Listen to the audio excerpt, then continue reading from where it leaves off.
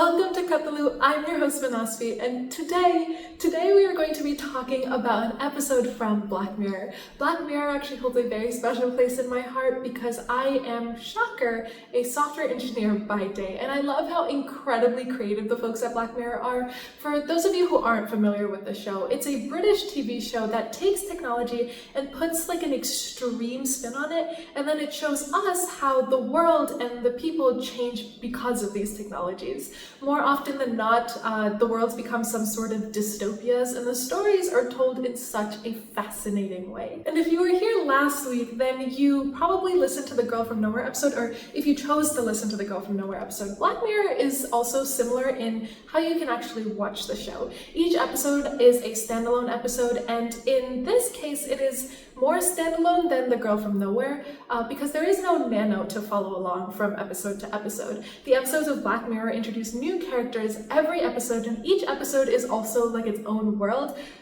Well, actually, I guess it's its own world until the very last episode of season 6, which has, I don't know how to feel about that episode, honestly. It's much more, I think, mystical than all the other ones. Like, the other ones have a very core tech aspect to them, except for the last one, which has more magic related things to it. That one like ties a few things together, and yeah, I don't know how to feel about it. But that is not the episode that we're focusing on today. Today it's going to be about the episode Beyond the Sea, which is also an episode from season 6, and this one is about astronauts. Did you know that actually as a child I really wanted to be an astronaut, but I couldn't because I got glasses at the age of 3, and before anybody chews me or my parents out, it is genetic. I got glasses because of genetic reasons. I was born in 2001 in India. I did not have access to smartphones or iPhones or tablets or anything like that, so it was not an iPad baby, I swear. Anyway, let's get started. It's 1969 and the story focuses on two families, David Ross's family and Cliff Stanfield's family. David Ross is this like buff, blonde-haired, blue-eyed man, and he and his family live in this grand house in the middle of the city. He's got two beautiful kids, a daughter, Lily, and a son, Ricky, and an amazing wife, Jessica, who he absolutely adores. Today is his younger son, or I guess his only son's birthday, so while waiting for the mom to get ready, David is drawing a picture of his two kids. On the other hand, Cliff is a more lean guy. He gives off like your typical nerd vibes, or at least that's what I got from him. Him and his family are in the countryside. They also own a beautiful house, and he has a beautiful, beautiful wife, Lana, and a small son, Henry. He's probably like 6 or 7, I want to say. And Cliff is in the backyard chopping some wood while Henry watches him, but Cliff is so incredibly bad. Like, he has to take multiple swings at the wood in order for it to chop. And it's actually just a really endearing moment because you can tell he kind of wants to impress Henry, but he's not capable of it, unfortunately, in terms of a physical aspect at least. David, meanwhile, has taken his family out to the cinema today to celebrate his little boy, and at the cinema they catch the attention of a couple. When the movie is over, the couple comes up to David and his family. I apologize for the intrusion, but you're David Ross? I believe I am. The couple gush over him, and the man extends his hand to David for a handshake, and when their hands touch, the man's face lights up. You're so real. This is amazing. And his partner also reaches out. May I? And David extends his hand for the woman to touch as well, and she too is appalled at how realistic it feels. So up there, are you like sleeping right now? It's a kind of sleep. You know, the human experience, the survival of the human body, that's really central to this entire mission. But his wife stops him from going any further by clearing her throat. David politely excuses himself and his family. I know they're excited, but God, sometimes they're so goddamn rude. Oh, Jessica, they just don't realize, honey. At the countryside, Cliff, Lana, and Henry are saying some grace in front of their dining table, and the curious thing about this dinner is that after they've finished saying grace, Lana and Henry are eating. They have plates in front of them filled with food, but Cliff does not eat. Instead, he just watches his wife and his son as they eat. David's family, in the meantime, has just gotten back from the movies, and before the engine can even stop, the kids get out of the car and they rush up the stairs to their house. It seems like they have a little tradition of, like, who can reach the front door first, Lily or Ricky kind of thing going on. Lily wins this round, and the mom, Jessica, is making her way back into their house from the driveway when she sees a van parked outside their house. It's one of those like Scooby-Doo vans, except it's not, like, it doesn't have all of those like fun colors and paintings on them. It's just a plain white van. But the windows are being blocked by curtains, so she can't actually like see inside to see who's in there. Jessica grows concerned, but she gets pulled away really quickly by her daughter, and that night David tucks in the kids, kisses them goodnight, and then goes to have fun with his wife. Jessica is preparing drinks when David starts up the record player that they have in their house, and Lemaire starts playing in their background, or I guess in their kitchen.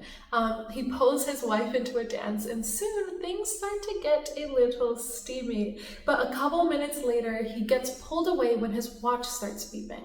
Sorry, sweetheart, I gotta go. You staying up? She shakes her head like she doesn't really know if she will stay up or if she won't, and he leaves her with a kiss on the forehead in case he doesn't get back in time. Cliff, in the meantime, is helping his wife Lana with the dishes when his watch beeps too. Sorry, I have to go. And he walks off. And the vibes between these two, or I guess the way that these two families are structured, it feels like David is much more open to showing his affections. He's much more touchy-feely, while Cliff is a little bit more reserved.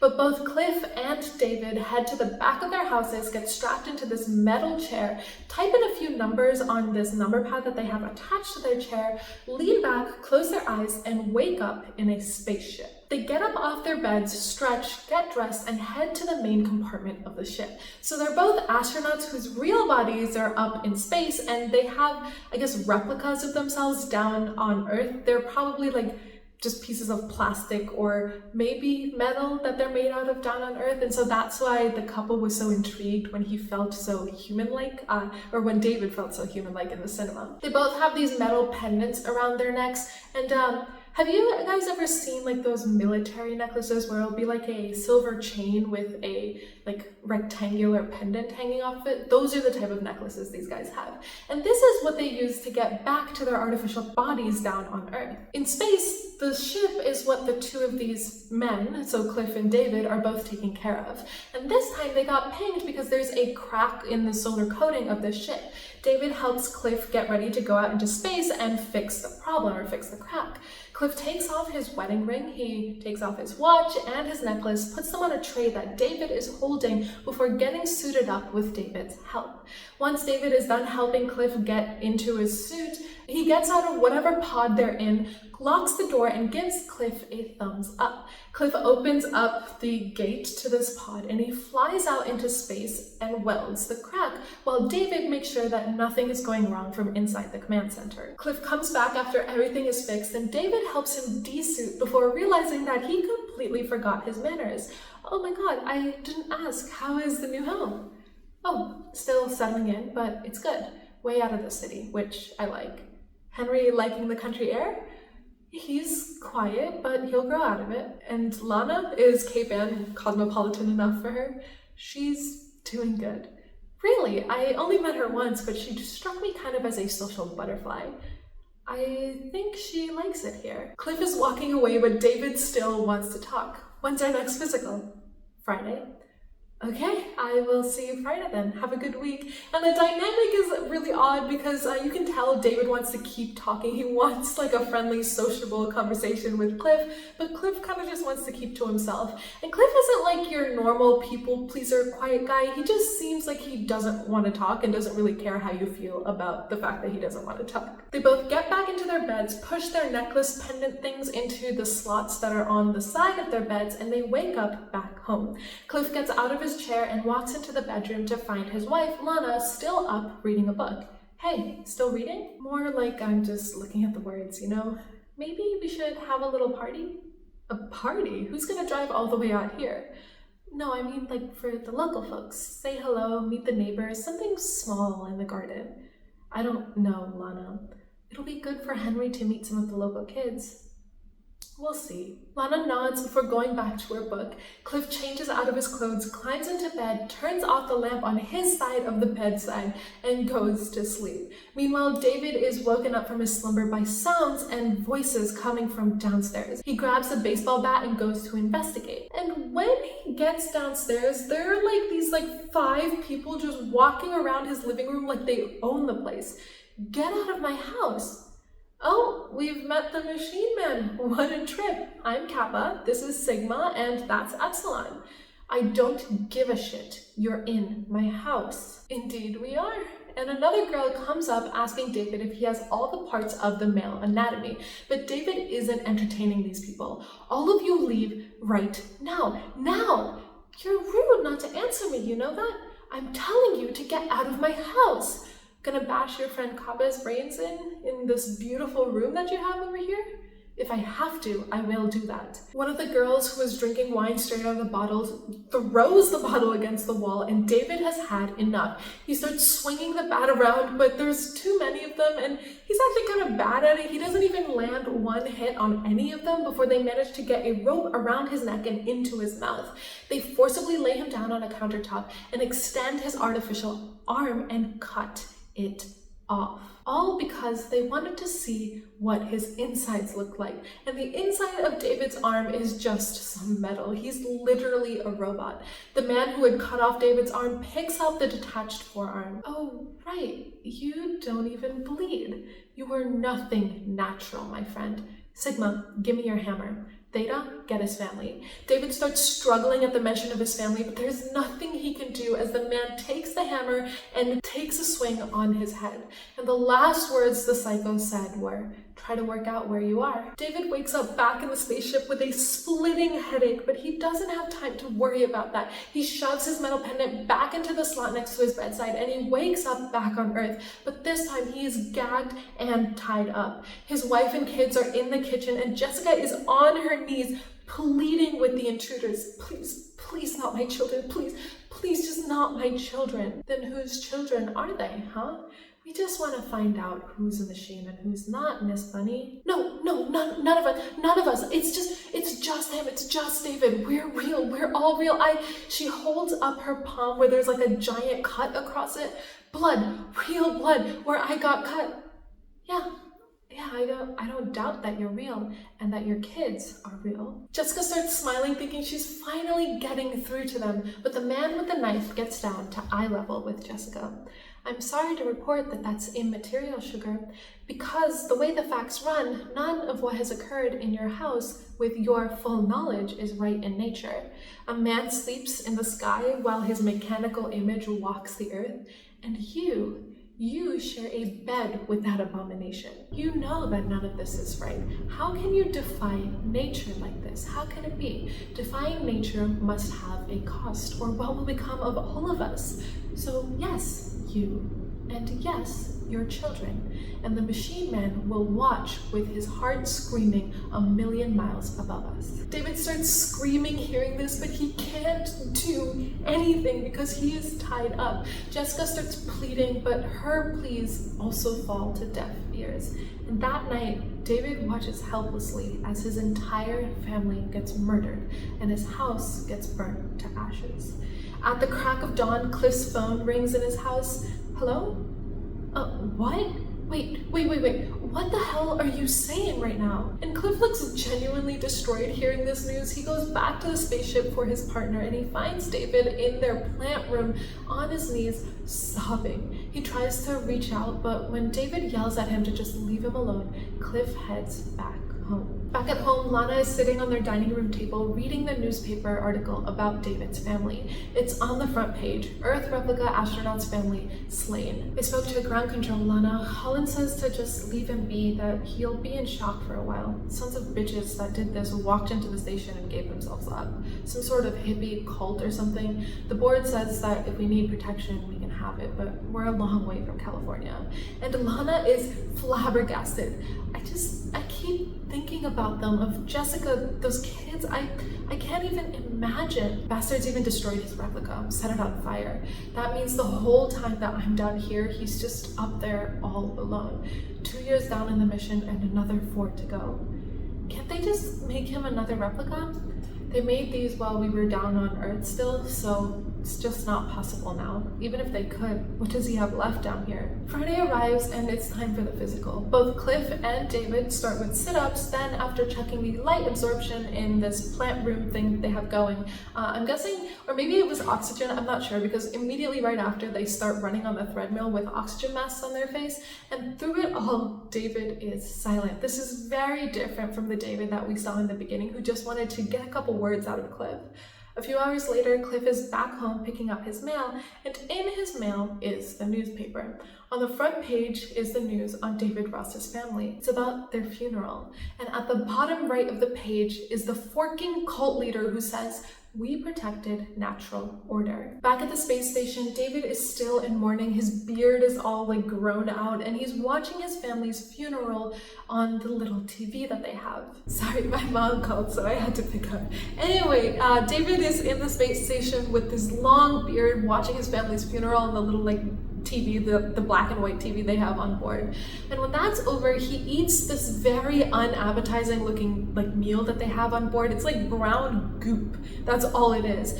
And then when he's done, he walks to the plant room before laying down on a chair and looking out the window.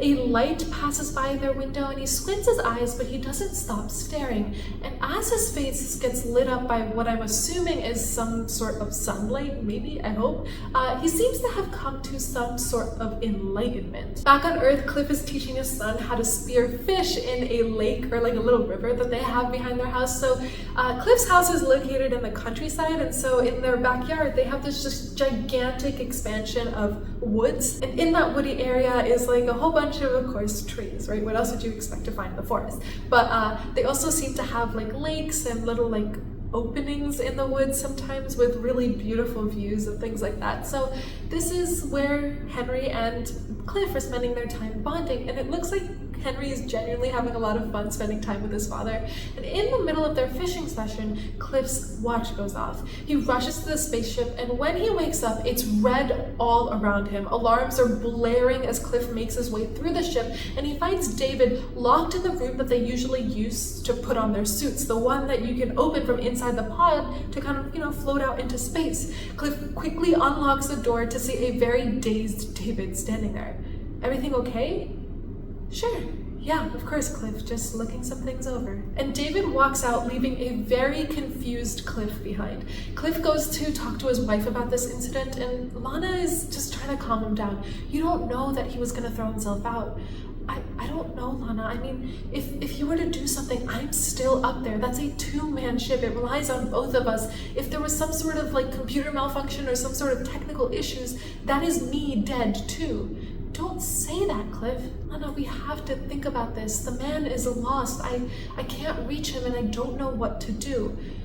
Well, what if you let him use your link? Say just like for an hour. Just time enough to let him take a walk through the woods. Feel the breeze on his face.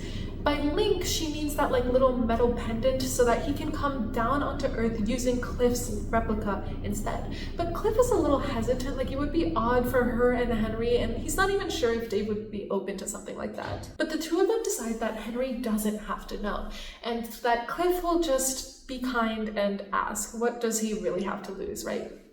David is still lost when Cliff goes up to him. They try going through their routine checks, but Cliff just can't get over how mechanically David is going through all of his actions.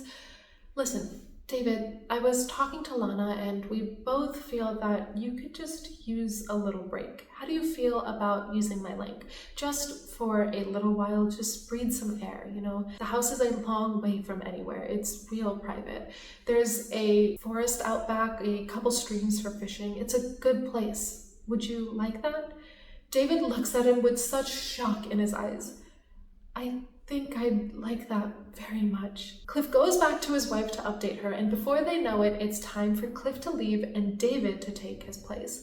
Lana is a little nervous. How should I speak to him? I mean, in manner like quiet, serious, or I don't know, regular? Like it didn't happen? I mean, you know what I mean. Well, he used to be talkative, but right now he's not that easy to read. Just let him take in the air.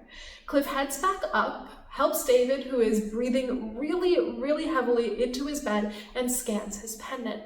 David wakes up as Cliff, and the first thing David does is touch his body. I'm sure that this is very odd for him because he's usually a very muscular guy and Cliff is very lean. He slowly makes his way into Cliff's backyard where Lana is waiting for him. Hello? Hi, would you like to see the forest? Yes, thank you. And Lana starts leading David through the forest. David is taking deep breaths, touching the trees and plants as they go by. Lana stops in an opening that has this giant tree in the middle. This is my favorite spot. They both sit down under the tree and David just breathes in the air. The air, it's just so clear. I'd just forgotten how it was down here. He then sees a little caterpillar crawling on the ground below him and he picks it up, and for the first time in a very long time, he has a smile on his face. But almost as quickly as that smile came, it fades and pain fills his eyes. When Lana hears him whimpering, she comes up behind him and gives him a hug. And that's all David needs to break down completely. He cries in her arms.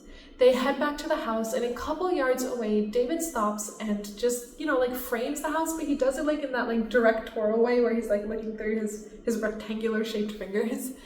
What is it? Nothing. It's just you've got quite a home here.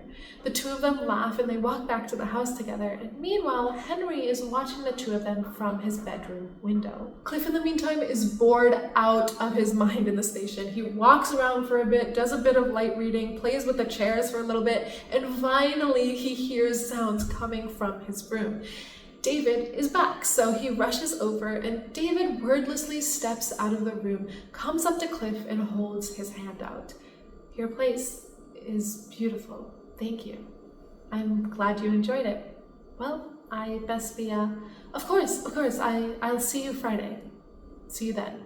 And as Cliff walks back to his room, David heads to his room, takes a deep breath, picks up his sketchbook, and starts drawing. And at home, Cliff is sharing his feelings about this whole situation with his wife. Well, it looks like it worked. He seems a little lighter now. So, how was it? That poor man, he wept like a child. In front of you? What did you do? Not much. He sat up by the old tree. What could I even say? Friday rolls around again, and after they finish their physical checkup, David speaks, unprompted. Hey, let me show you something. He leads Cliff into his bedroom and he shows him a drawing of Cliff's house, and Cliff is amazed. You did this from memory? When something is vivid, I can just kind of picture it all the time. Wait, this is quite something. If I had this down there, I would hang it on the wall. Cliff, if you guys could maybe get some canvas and some oils, I could paint you something like this for your home, like a thank you gift. I mean, obviously you'd have to let me use your replica again, and you might not want to do that. It's just that drawing helps, and I'd love to be able to paint again. And oil painting.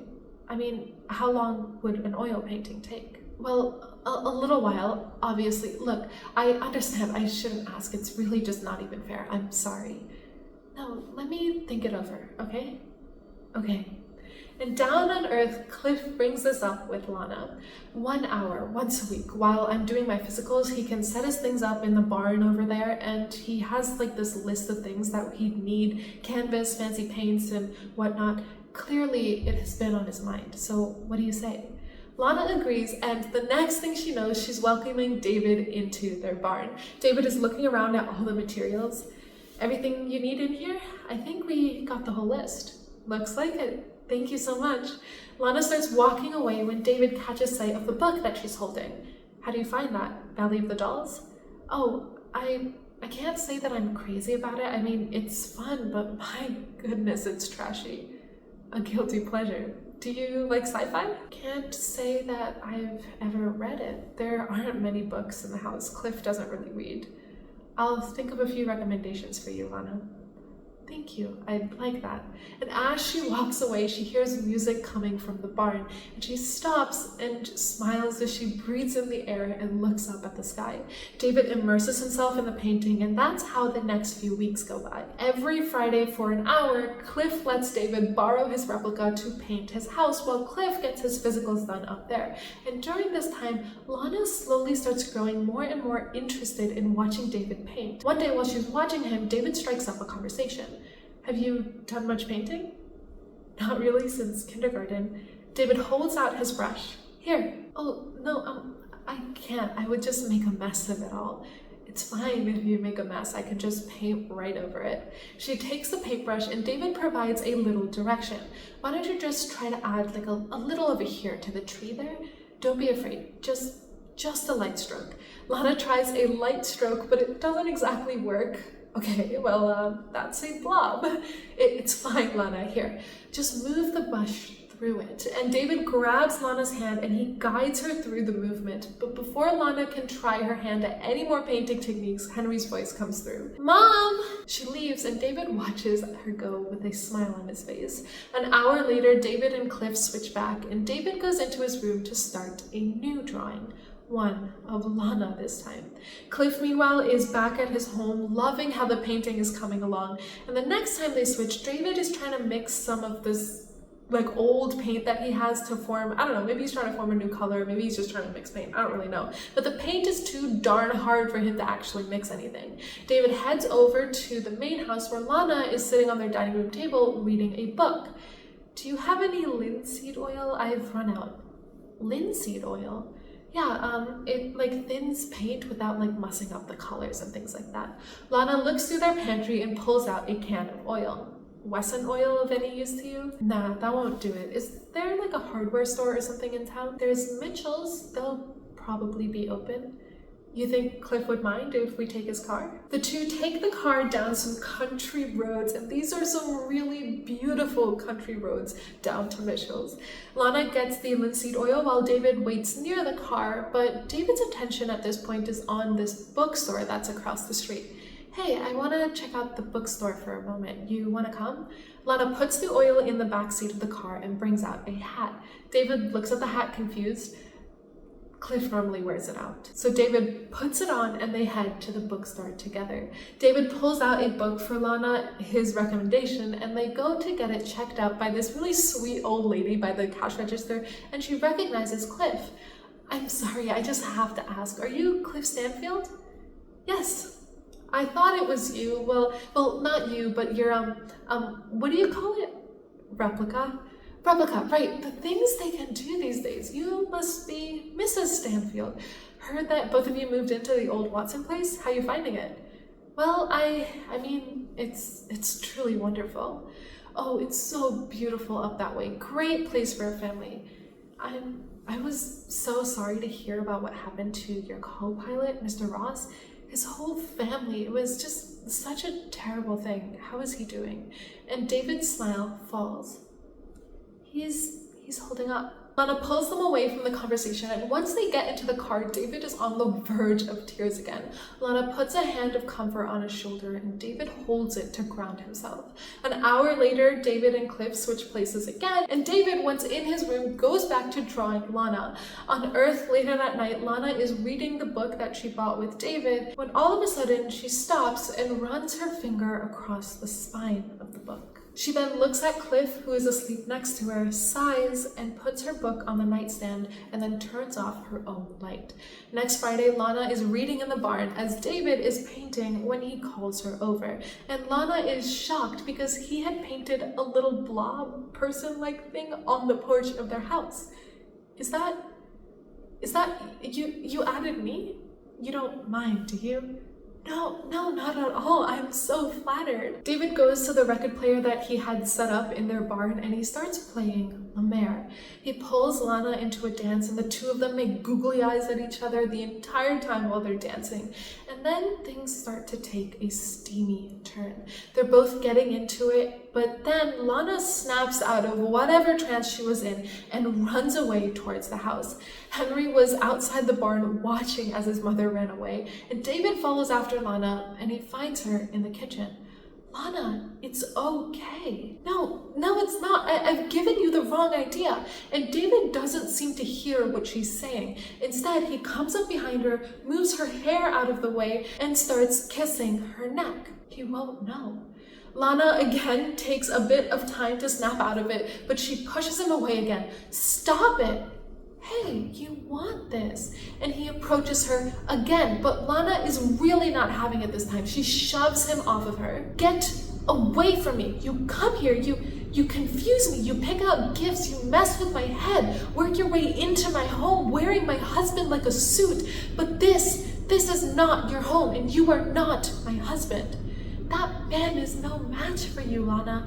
You are a guest in this house, and you want this. You don't know me. I know the way that you look at me.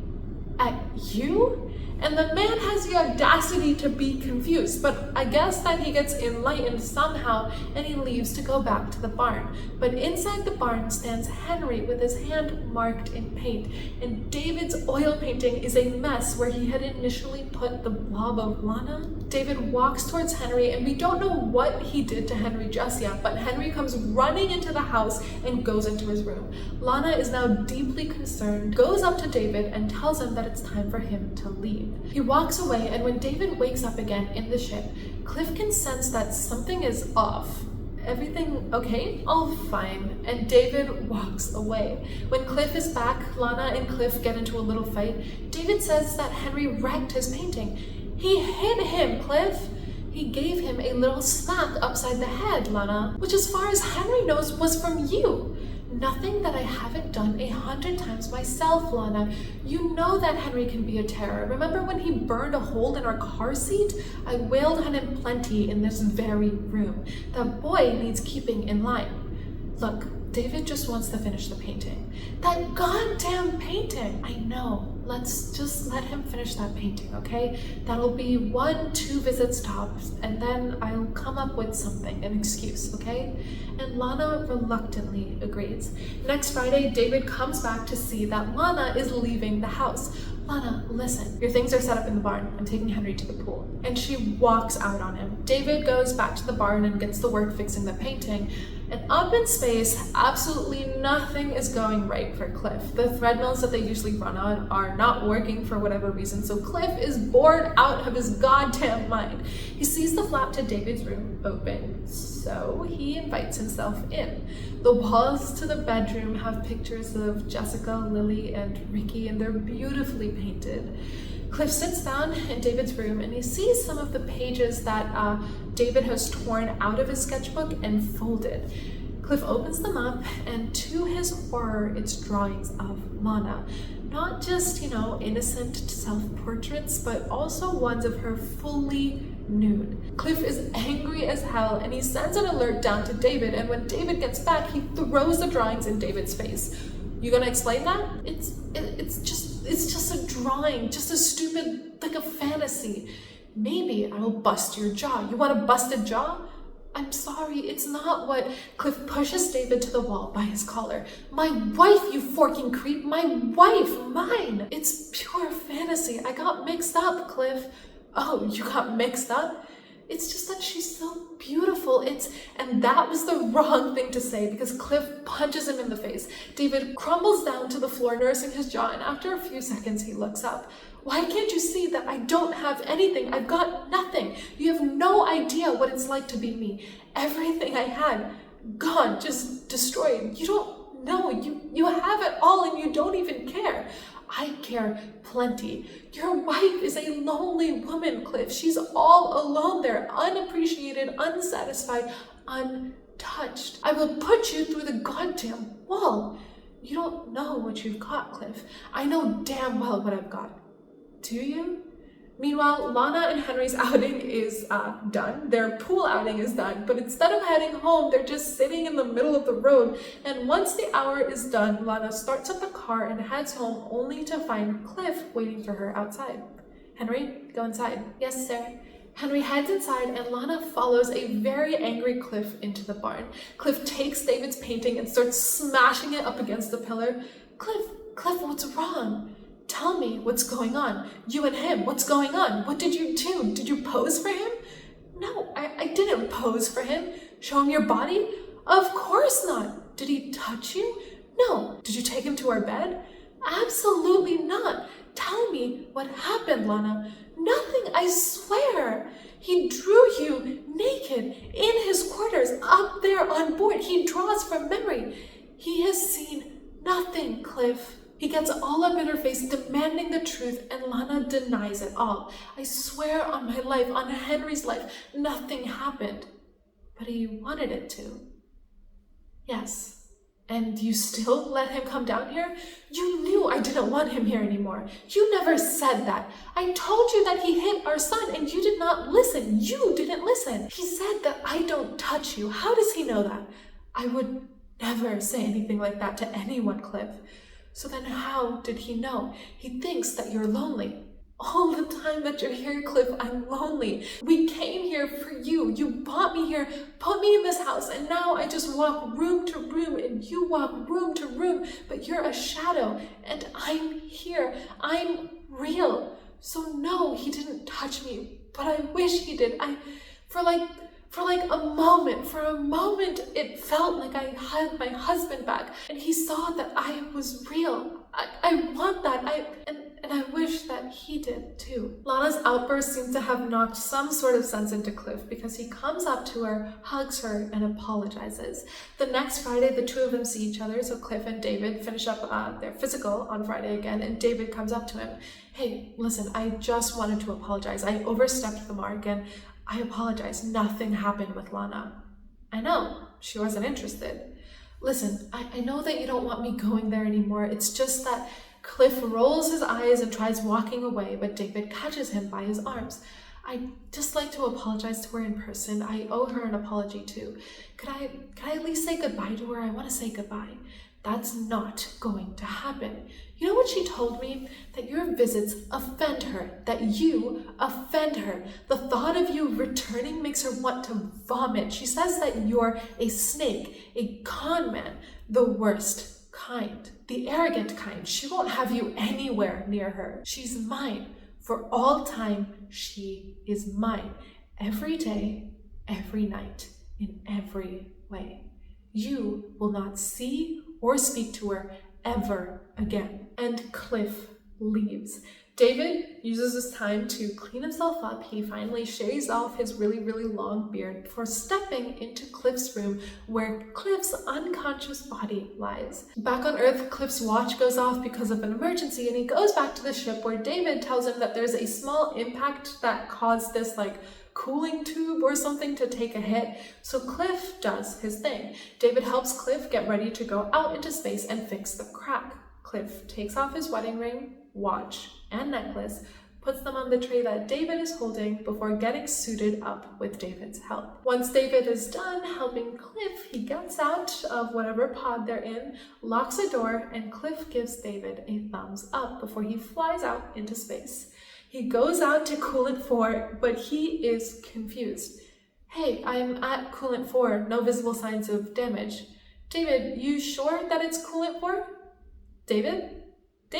At this point, Cliff starts panicking. He makes his way back to the door that would bring him back inside, but it is locked. He starts pounding on the door in a few minutes. I'm not really sure how long he stays out there pounding on the door, but the door eventually opens and David comes to help Cliff desuit.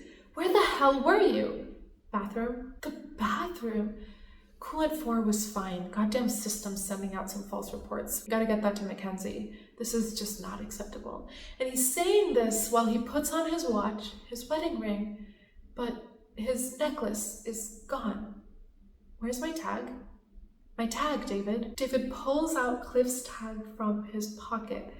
Panicking, Cliff goes back to his bed, shoves his pendant into the slot, and when he wakes up, the side of his face has drops of blood on it, and his hands are covered in blood.